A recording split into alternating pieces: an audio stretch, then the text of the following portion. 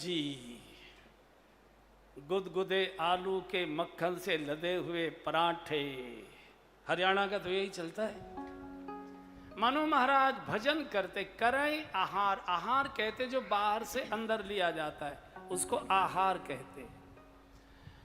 शाक, साग कहते पत्ती वाली सब्जियों को। बथुआ है, पालक है, मेथी है, चौलाई है, पत्ती वाली सब्जी। चने का साग है, सरसों का साग है। इससे पेट शुद्ध होता है बंधुओं। अगर आपका पेट साफ नहीं हुआ तो भजन में बैठा नहीं जाएगा, आलस्य आएगा, जवाई आएगी, नींद आएगी। इसलिए मटर पनीर और पालक पनीर और कोफ्ते पनीर, इसके लिए मैं मनाही नहीं कर रहा हूँ, चूँकि हरियाणा मेरी बात सुन के मानेगा ही नहीं। चूँकि मुझे मालूम है बढ़िया से बढ़िया गाढ़ा राजमा खूब खाइए, बढ़िया से बढ़िया चकाचक तड़का लगा हुआ, लेकिन थाली में एक पत्ती वाली सब्जी भी जरूर रखिए, इससे पेट शुद्ध होता है। साग, फल, फल से मन शुद्ध होता है, मन पवित्र होता है, इसलिए व्रत के दिन फलाहार किया जाता है। करें आहार शाक फल, फल से मन पवित्र होता है। और फल भी अच्छा तो ये है कि अपने देश का ही हो, और उससे अच्छा है अपने प्रदेश का ही हो। चूँकि हम जिस प्रदेश में जन्मे हैं वहाँ की वायु, मिट्टी, जल आदि से हमारा शरीर बना है, पोषित हो रहा है। तो यहाँ की मिट्टी में हरियाणा के व्यक्ति अब विदेश का कीनू खा रहा है, उसका कोई लेना देना नहीं हमारे शरीर के स्वास्थ्य से। तो फल खाइए, फल से मन शुद्ध होता है, मन पवित्र होता है। और मौसम के फल खाइए। अब आप तरबूज कब खा रहे हैं? मई जून के तरबूज को तो इसीलिए नहीं खा रहे चूँकि आपकी मेहरी के बच्चे भी वही खा रहे हैं। कैसे खाएं, हम तो रईस आदमी हैं। तो आप दिसंबर जनवरी में तरबूज खाते हैं शादियों में, फिर सुड़री सुड़र करते हो, फिर अड़ड़ी अड़र नाक से पानी निकलता है। आम जब बिल्कुल रसीला टपका आम आएगा, आप तब आम नहीं खाएंगे, चूँकि आम आदमी आम खा रहा है। तो आप उस समय आम खाएंगे जब मौसम ही आम का नहीं है और उस शरीर का उससे कोई गुणधर्म मिल ही नहीं रहा है, फिर आप बीमार होते हैं। तो फल खाइए, फल से मन शुद्ध होता। और तीसरे कंद खाइए। कंद कहते जो जमीन में से निकलता है। आलू है, शकरकंद है, मूली है, शलजम है, गाजर है, चुकंदर है। ये इससे बुद्धि शुद्ध होती है कंद मूल खाने से। और ये हर मौसम में मिलते हैं, फल भी मिलते हैं, साग भी मिलते हैं और कंद भी मिलते हैं, हर मौसम में मिलते हैं। बढ़िया से बढ़िया माल खाइए, मैं मना नहीं कर रहा हूँ, लेकिन इनको भी शामिल कर लीजिए।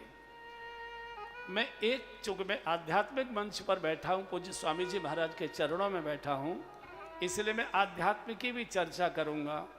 एक आहार होता है जो चौके में बनता है, थाली में परोसा जाता है और हम उसको बैठकर पाते हैं। इसको भोजन भी कहते हैं, इसको आहार भी कहते हैं। मान लिया मैंने। एक आहार वो होता है जो हम आँखों से करते हैं, कानों से करते हैं, नाक से करते हैं, होठों से करते हैं। हमारे शरीर का रोया रोया आहार का यंत्र है। पूरा शरीर एक आहार यंत्र है। आपने अगर भोजन में उल्टा सीधा सूखी अरवी की सब्जी खा भी ली, मटर पनीर ज़्यादा खा भी लिया, तो कोई दिक्कत नहीं है, वो तो पेट ठीक हो जाएगा 1-2 दिन के अंदर। लेकिन जो आहार हमारा सत्यानाश कर रहा है, उससे बचिए, उससे बचिए।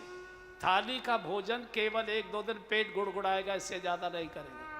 जो इंद्रियों के द्वारा हम आहार कर रहे हैं, दृश्य के रूप में आंखों के द्वारा, श्रवण के रूप में कानों के द्वारा, गंध के रूप में नाक के द्वारा, पूरा का पूरा 24 घंटे आंखें ऐसे दृश्य देख रही हैं जो आपको रात को चैन से सोने नहीं दे रहे। मोबाइल के द्वारा,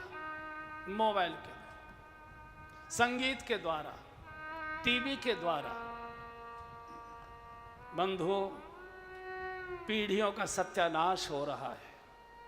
हम घरों में जाते हैं, हमको पहली शिकायत बच्चों की पकड़ के लाएंगी, माता महाराज जी इसे समझाओ, ये मोबाइल बहुत देखता है। अब मैंने कहा कि 8 वर्ष का बालक मोबाइल क्यों देख रहा है, चलो ये तो हमें से समझा। तुम 80 वर्ष की बुढ़िया, तुम मोबाइल में क्या देख रही हो? तुम क्या देख रही हो? मोबाइल आज की टेक्नोलॉजी, आज की आवश्यकता है, जो आदान प्रदान है सूचनाओं का, ये मोबाइल है, मैंने मान लिया आवश्यक है। एक मोबाइल रख लीजिए, मान लिया मैंने। आप बड़े आदमी 2 कर लीजिए, एक वीआईपी लोगों से संपर्क करने के लिए, एक दूसरा है जनरल लोगों को सूचना सम्मान बातचीत करने के लिए। ये तीसरे मोबाइल से आप किससे बात करते हैं? तीसरे मोबाइल से आप किससे बात करते हैं? और बच्चों की शिकायत करते, बच्चे चाबी के छेद में से देख लेते हैं कि माँ पापा का टीवी चला। बच्चे टीवी बहुत देखते हैं, इनका टीवी कम कराइए। तुम क्या देख रहे हो रात के 1 बजे? तुम क्या देख रहे हो? तुम तीसरे मोबाइल में क्या ढूंढ रहे हो? बंधुओं, बच्चों को सुधारने की कोशिश मत करिए। मैं बहुत विनम्रता से इन बुजुर्गों और बड़े लोगों से प्रार्थना कर रहा हूं, तुम कम से कम बिगड़ो, बच्चे ज्यादा से ज्यादा सुधर जाएंगे। तुम्हारी हर एक्टिविटी